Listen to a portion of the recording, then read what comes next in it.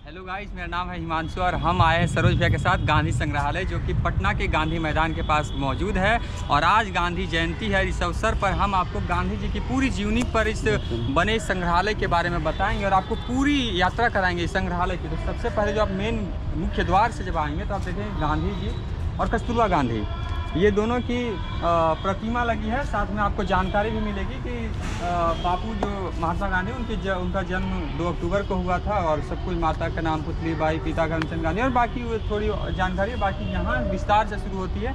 इसके बाद जब हम आपको लेकर चलेंगे कस्तूरबा भवन में, बाकी आप इधर देख सकते हैं कि सत्याग्रह भवन है, वहाँ पर भी एक से एक चीज़ आपको देखने को मिलेगी। देवघर में जब गांधी जी आए थे और पटना में कैसे रहे, उनकी बिहार यात्रा क्या क्या रही, कहाँ वो गए, कैसे किन किन सभाओं को संबोधित किया, बापू जब यहाँ आते थे तो यहाँ से कैसे वो गांधी मैदान जाते थे सभा को संबोधित करने के लिए, इन तमाम चीज़ों की जानकारी आपको मिलेगी। और एक और ये मुख्य बात जो अच्छी मुझे लगती है कि सबसे पहले यहाँ पर प्रियम्बल संविधान को काफ़ी तवज्जो दिया गया है। भारत का संविधान आपको हर जगह लिखा मिलेगा। ये आप देख सकते हैं, इंग्लिश में भी है, अगर आप सामने देखेंगे तो उधर हिंदी में भी है। जो आप हिंदी भाषी हैं तो आप हिंदी में पढ़ सकते हैं। अंग्रेजी भाषा को अगर आप समझने की कोशिश करेंगे तो अंग्रेजी भाषा में भी पढ़ सकते हैं। बाकी जो गांधी जी के कई संदेश हैं, उन संदेशों को भी यहाँ पर बेहतर तरीके से संजोया गया है। ये सामने मूर्ति आप देख रहे हैं, काफ़ी शानदार तरीके से बनाई गई है। और इस मूर्ति के सामने देख रहे हैं कि गांधी जी टेलीस्कोप देख रहे हैं और सत्य की खोज कर रहे हैं। यहाँ पर नीचे लिखा हुआ भी है कैप्शन की सत्य की खोज। टेलीस्कोप के जरिए कैसे वो सत्य की खोज करने की कोशिश कर रहे हैं, मूर्ति के सहारे इसको जीवंत करने की कोशिश की गई है। बाकी ये सत्याग्रह भवन जाने का ये रास्ता है। और सामने मेरी बाई और आप देखेंगे तो एक गांधी साहित्य केंद्र है। यहाँ पर गांधी जी के लिखे खुद के कई पुस्तक हैं जो कि आपको मिलेंगे। कई पुस्तक ऐसे भी हैं कि 100 वर्ष पुराने भी आपको मिल जाएंगे, 150 वर्ष पुराने मिलेंगे। बाकी कुछ नई पुस्तक भी है जो नए रचनाकारों ने, नए साहित्यकारों ने उनके बारे में लिखे हैं। गांधी जी के संदेश के बारे में लिखा है। सामने आप उधर देखेंगे तो गांधी जी का एक जीवन परिचय के बारे में बताया गया, वो पूरा बोर्ड के साथ। अगर आप दिखाना चाहेंगे सरोज जी भैया, अगर कोई हमारे जो दर्शक हैं अगर वो पाठक होंगे तो कई पुस्तक यहाँ पर ले सकेंगे। ये भैया हैं, काफ़ी पुराने हमारे मित्र रहे हैं। जब शुरुआत में पटना आया था तो इनसे मुलाकात हुई थी और इन्होंने बताया था कि यहाँ पर कौन कौन सी पुस्तकें, हमने खबर भी लिखी थी भैया कौन कौन सा पुस्तक यहाँ पर कैसा कैसा है। यहाँ पे महात्मा गांधी का जीवनी है और महात्मा गांधी हिंद स्वराज है, आत्मकथा है और भी है महात्मा आत्मकथा। काफ़ी दर्शक यहाँ पे लोग आते होंगे पढ़ने के लिए, खरीदने के लिए। जी बहुत लोग। तो आत्मकथा जो गांधी जी पर बना हुआ है, उनके पूरे आत्मकथा के बारे में लिखा गया है, वो पुस्तक काफ़ी प्रसिद्ध है, लोग खरीदते हैं। तो गाइज अब हम आपको लेकर चल रहे हैं संग्रहालय की ओर। आप ये देखेंगे सामने कि एक तस्वीर लगी है, मोहन से महात्मा कैसे गांधी जी बने। इन पूरी उनकी यात्रा को जीवन करने की कोशिश की गई है। तो ये आपका मुख्य द्वार है, कई लोग यहाँ पर आते हैं। सामने एक रजिस्टर भी रखा गया, आप अगर चाहें तो यहाँ पर आप अपना एंट्री कर सकते हैं, ताकि इससे पता चलता है कि कितने लोग गांधी जी को देखने के लिए आते हैं। हालांकि ये एक संदेश है, कई लोग नहीं भी करते हैं। अभी मैंने नहीं किया पर मैं करता हूँ जब भी आता हूँ। तो सबसे पहले हम आपको लेकर चलेंगे गांधी जी की तस्वीर है, ये बापू का कमरा। ये है बापू का कमरा, इसमें बापू रहते थे। यहाँ पर कई उनके सामान रखे गए हैं जो कि उन्होंने यूज़ किया था। ये कई पुस्तक हैं जो कि रखा गया है, वो इन सभी चीज़ों को यूज़ करते थे। और कैसे पहले का घर होता था बैल का, उसे भी इस संग्रहालय में रखने की कोशिश की गई है। बाकी आप इस ओर देखेंगे तो इस ओर देखेंगे तो आप यहाँ पर कई ऐसे बर्तन हैं, कई धातु हैं जो कि गांधी जी ने उसका यूज़ किया था। सामने देखेंगे तो कांटा का चम्मच रखा हुआ है, लकड़ी का चम्मच है, घोटनी है, इससे काफ़ी उन्होंने इसका प्रयोग किया था। ये सभी चीज़ें पटना बापू आए थे, बिहार की यात्रा में थे, तब इन चीज़ों का वो प्रयोग किए थे। ये कई तरह के आपको बोर्ड मिलेंगे। देखिए डाक टिकट, ये जो है अब बहुत कम देखने को मिलता है। जो लोग जिनके पास है इस डाक टिकट को, वो संग्रहालय की ओर के रूप में बना कर रखे हैं। सबसे पहले 4 डाक टिकट छपा हुआ था, ये दांडी मार्च का था जब ये डाक टिकट छपा हुआ। ये सब कुछ आप बाकी आप मेरे पीछे वाले कमरे ये आप देख रहे हैं, अगर इसके अंदर हम आपको लेकर चलेंगे तो यहाँ पर बापू के अलावे स्वतंत्रता संग्राम में अपना योगदान दिए बिहार के कई ऐसे नेताओं के बारे में जानकारी मिलेगी। जो अभी भी कई लोग वाकिफ़ नहीं हैं।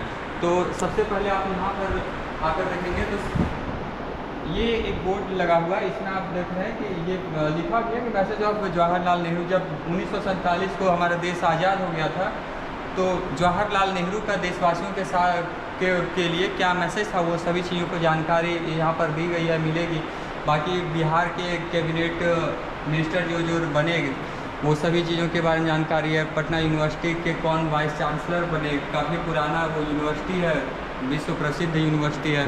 बाकी ये आप सामने देखेंगे तो यहाँ पर संविधान का मूल प्रति रखा गया है। ये बहुत कम आपको देखने को मिलेगा, कुछ गिने चुने बड़े बड़े लाइब्रेरी में या फिर अन्य जगहों पर आपको देखने को मिल जाएंगे, लेकिन पटना में एक इकलौता ये संविधान है जो कि बापू गांधी संग्रहालय में रखा गया है। और ये आप देखिए कि कुछ मोनूमेंट्स हैं बिहार के, जैसे वैशाली है, नालंदा है, विक्रमशिला है, राजगीर है, ये सभी हमारे बिहार के लिए। गोलघर है, गोलघर पटना में आप जब आएंगे तो गोलघर का भ्रमण कर सकते हैं, देख सकते हैं। हरि मंदिर पटना साहिब भी जा सकते हैं, जल मंदिर है, पारसनाथ हिल है। पारसनाथ हिल इसमें मेंशन किया गया है, तब संयुक्त बिहार जब था तब इसे बनाया गया, इसलिए पारसनाथ, हालांकि अब वो झारखंड के हिस्से में है। ये कुछ ऐतिहासिक धरोहर जिसके बारे में यहाँ पर बताया गया है। तो जब आप आएंगे तो यहाँ से जानकारी लेकर पटना भी घूम सकते हैं। और फिर ये सबसे बड़ी बात है, यहाँ पर 1857 में जब युद्ध हुआ, हमारे देश में जब बाहरी लोग आकर यहाँ पर युद्ध कर रहे थे, चीज़ों के बारे में जानकारी लेंगे। और उसके बाद ये भी पटना के है, ये डाक टिकट है, जैसे बिहार के वैभवों को लेकर ये आपका से कुंवर सिंह पर है, विद्यापति पर है, जयप्रकाश नारायण पर है, ललित नारायण मिश्रा पर है, कर्पूरी ठाकुर पर है, हाल में इन्हें पद्मश्री से नवाजा गया, जगदेव प्रसाद पर है, सूरज नारायण सिंह, मतलब कई लोग हैं जो डाक टिकट है यहाँ उनके फोटो के साथ छपी थी। ये डाक टिकट आपको यहाँ पर देखने को इधर बता, हालांकि ये ओरिजिनल नहीं है। बाकी आप यहाँ पर देखेंगे तो कई ऐसे बीज हैं, जैसे ये पौनी का बीज है, ये बाजरा है, मोटे अनाज को यहाँ पर प्रमुखता दिया गया है। हालांकि चीना है, हरा मूंग है, कुर्थी है, मकई है, गेहूँ, जौ, खेसारी, ये सभी चीज़ें गांव में मिलती थी, पर अब काफ़ी कम ये सब चीज़ का, इन चीज़ों का प्रयोग हो रहा है। हालांकि इसमें करीब 26 तरह के बीज रखे गए। इसमें लिखा भी गया कि बिहार के प्रमुख अनाज हैं और जो इसमें कुछ लुप्त होते जा रहे हैं। मसूर है, लाल मरुआ है, मटर है, पीला चना है। तो ये कई चीज़ें ऐसी भी है कि आप बहुत कम ही लोग जानते हैं। बाकी इस तरह आप देखिए कि ये बिहार खादी बोर्ड के द्वारा ये तैयार किया गया है। जैसे आप जानते हैं कि बापू को खादी खादी से लगाव था, और आज के दौर में हम नवयुवक भी, युवा साथी भी इस प्रचलन को मान रहे हैं और खादी के प्रति वो जागरूक हो रहे हैं। तो यहाँ पर हमारा ब्लॉग एंड होता है, आगे हम दूसरी ओर लेकर चलेंगे और वहाँ के बारे में आपको हम जानकारी। दोस्तों हम पहुँच गए हैं सत्याग्रह भवन में। इसका उद्घाटन 2012 में किया गया और यहाँ पर कई दुर्लभ चरखे रखे गए हैं, जो कि आपको देखकर आप भी हैरान हो जाएंगे कि इन चरखों से कैसे सूत काटा जाता था। तो भैया यहाँ पर है, भैया का भी 10 साल 12 साल इनका हो गया, यहाँ पर दे दिए। भैया क्या क्या है यहाँ पर रखा हुआ? चरखा है, अम्बर चरखा है, चरखा है। तो यहीं रहते हैं आप दिन भर? हाँ। कितना ड्यूटी होता है आपका? 10 से 6 बजे तक। 10 से 6 बजे तक। गांधी जी आते हैं सपना उपना में कि कभी कभी आते होंगे? तो मतलब क्या बोलते हैं गांधी जी? कुछ तो बोलते हैं, सपना में आते हैं तब यही चरखा कहते हैं कि चरखा जो है मेरा ख्याल रखना, बढ़िया से रखना। हाँ। तो जैसे यहाँ पर भी कभी आप बैठते बैठते सो जाते होंगे, तो यहाँ भी कभी नींद आते हैं, मतलब आते होंगे सपना में? कैसे लगते हैं गांधी जी जब सपना में आते तो? बहुत अच्छा लगता है। मतलब किस तरह दिखते हैं? अच्छा दिखते हैं, बढ़िया स्मार्ट दिखते हैं। और कौन सा कपड़ा पहने रहते हैं? बस धोती कपड़ा, धोती और एक लाठी ना? हाँ। और आपसे कुछ कहते होंगे कि भाई मेरा बढ़िया से रख रहे हो, यहाँ पे चरखा का ध्यान रख रहे हो, तो इसके बारे में कुछ बस यही चरखा के बारे में कहते होंगे, लोगों को बताना चरखा रखे, यही सब कहते हैं ना? तो देखिए भैया से हम पहले ही आपका मुखातिब करवा दिया। भैया बताया कि इनको गांधी जी सपना में भी आते हैं। बाकी आप देखिए चरखा रखा हुआ, ये ओखली है, इसमें क्या किया जाता है? ओखली है, चूड़ा कूटने के लिए मसाला कूटाता था इससे। अच्छा, अभी जो सब मिल घर में जो चूड़ा कूटा जाता है वो पहले ओखली में कूटा जाता था, और ये चरखा है। इसलिए त्रिपुरारी मॉडल पर ये चरखा है। ये लग रहा है कि रेनोवेशन किया गया है ना, पहले धागा वगैरह था इसमें, अब साफ वाफ कर दिया गया। तो यहाँ पर इससे धागा बनाया जाता था, इसके बाद फिर कपड़ा इधर चक्की, और ये हल है, चक्की है, ये मिल से आटा इसमें पीसा जाता था, आटा सत्तू सब पीसा जाता था। और ये करघा है, चादर इससे चादर बनाते थे बापू। इधर देखिए पुरानी मॉडल पर ये मोटा मोटा ऊन इससे बनता है, क्या पतला भी बनता होगा? पतला मोटा दोनों। ये भी त्रिपुरारी मॉडल अच्छा चलता भी है, ऊपर वाला नहीं घूमता ये सब। ये सब नहीं है। अच्छा, और ये वाला क्या है? धुनकी। रजाई बनाने के लिए। अच्छा, धुनकी से रजाई बनता है। इधर ये किसान चरखा, किसान चरखा, इससे धागा बनता है। ये भी धागा बनता है। और इधर क्या क्या है? इधर किसान का सामान है, मोती का सामान है। इसमें कुछ ऐसे सामान रखे हुए हैं, जैसे कुदाल है, उस पर मोची के लिए वो उस पर बनाया जाता है, वो जूता चप्पल सब। तो ये सब कुछ आपको देखने को मिलेंगे, लेकिन ये चरखा आप कभी नहीं देखेंगे। कई चरखे ऐसे जो ये सब दुर्लभ चरखे हैं, जो आपको सिर्फ पटना के बापू गांधी संग्रहालय में आपको देखने को मिलेंगे। ये कुछ है बढ़ई का ना, इसे बर्तन में ये लकड़ी का काम किया जाता है।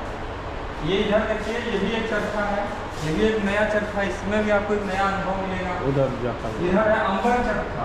एक अंबर भैया हमारे दफ्तर में है, जो काफ़ी हम लोग का सहयोग करते हैं। दूसरा एक अंबर चरखा यहाँ पर है, ये देखिए, ये पूसा मॉडल पर बना हुआ है चरखा। इससे क्या होता है भैया? इसमें भी इससे भी धागा बनता है। धागा बनता है। तो इसमें कुछ खासियत, सबसे बढ़िया चरखा कौन होता था? अच्छा, ये वाला चरखा, लेकिन ये भी अंबर चरखा। हमने बताया ना कि अंबर भैया मेरे ऑफिस में भी इतने बढ़िया चरखा, भी अंबर ही चरखा बढ़िया है। यहाँ पर कई मॉडल है, लेकिन अंबर चरखा बहुत शानदार है। और ये चरखा आप कई बार देखते भी होंगे, बापू के साथ जब कोई तस्वीर आती है तो यही चरखा के साथ तस्वीर आती है। इधर देखिए दो महिलाएं बैठी हुई है, ये मकई है। इधर क्या, उसमें मकई का आटा पिसाता था, मकई का। तो देखिए ये आटा, मकई का आटा पीसा जाता था। इधर चक्की है, इधर कोई घड़ा रखा हुआ है। इधर फिर ये बिहार चरखा, ये बिहार मॉडल पर ये चरखा बना हुआ है। ये भी धागा बनता है ना इससे।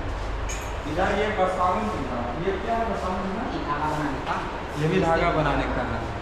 देखिए एक बड़ा बढ़िया संदेश है कि मैं मानता हूँ कि ग्रामीण उद्योग जैसे सूत काटना, रुई तैयार करने के माध्यम से प्राइमरी शिक्षा बच्चों को दी जाए तो खामोश राजनीति सामाजिक क्रांति के रूप में उसके दूरगामी नतीजे सामने आएंगे। बहुत अच्छी बात है। और आज के टाइम में युवाओं को ऐसे प्रशिक्षण दिए जा रहे हैं, कौशल का विकास किया जा रहा है, इससे काफ़ी रोजगार का भी सृजन किया जा रहा है। तो देखिए दोस्तों, हम थे सत्याग्रह भवन में। ये वीडियो आपको यहाँ का आपको कैसा लगा, और इन चरखों को देखकर आपको कैसा अनुभव हुआ, हमें ज़रूर बताइए। और देखिए गांधी जी का एक प्रतिमा है जो बकरी के साथ है।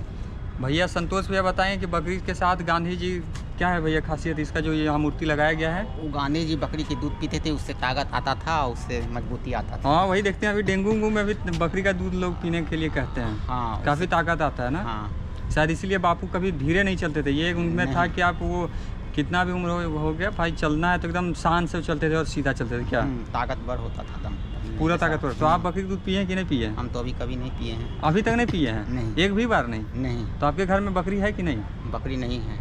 नहीं है ना।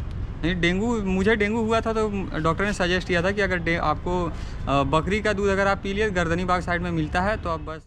दोस्तों ये एक ऐसा भवन है जहाँ पर आपको आने से काफ़ी आप इमोशनल हो जाएंगे, क्योंकि ये श्रद्धांजलि भवन है। यहाँ पर जब गांधी जी का निधन हो गया था, नाथूराम गोडसे ने उन्हें जब गोली चलाया था, उस चीज़ों के बारे में बताया गया है कि देश विदेश के नेता इस चीज़ को लेकर क्या सोचते हैं और गांधी जी को उन्होंने कैसे श्रद्धांजलि दिया था। तो हम आप चाहेंगे कि आप दिखाइए इस पूरे भवन को। और यहाँ पर सामने आप अगर इस भवन में आएंगे तो गांधी जी शान से खड़े हैं अपने लाठी के साथ, और ये बोर्ड के माध्यम से आपको देश विदेश के तमाम बड़े नेताओं का संदेश आपको देखने को मिलेगा। इधर आप देखेंगे तो सबसे पहले अब्दुल गफ्फार खां का है, फिर सरदार वल्लभ भाई पटेल का है, जवाहरलाल नेहरू का है, अली जिन्ना का है।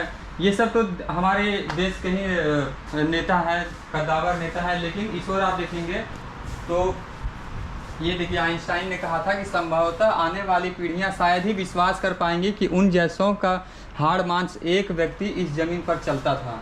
बाकी ये राजा जॉर्ज हैं, कई ऐसे हैं जो कि बाहर के ये जनरल डीके मैकआर्थर हैं, इधर एंटली हैं, मतलब कई ऐसे बड़े दूसरे देश के बड़े नेता हैं जिन्होंने गांधी जी को समझा और उनके खूबियों के बारे में जाना। सीवी रमन है, वो भी उन्होंने लिखा है कि उनकी सफलता और प्रभाव का राज उनकी जिंदगी के मूल्यों के प्रति सजग और कारगर मानवीय आस्था में थी। दूसरे शब्दों में उनकी रुचि मानव कल्याण में थी, राजनीति और विज्ञान के भौतिक पहलुओं में नहीं। उनके इसी अंदाज में उन्हें आम लोगों के बीच लोकप्रिय बनाया था। तो आप जानते हैं कि गांधी जी को आम आदमी काफ़ी पसंद था। बाकी आप गांधी जी के बारे में क्या सोचते हैं, और यह वीडियो गांधी जयंती पर है तो आप क्या कहना चाहेंगे, क्या संदेश देना चाहेंगे, कमेंट बॉक्स में जरूर बताइएगा। आप सादर आमंत्रित हैं। बहुत बहुत धन्यवाद।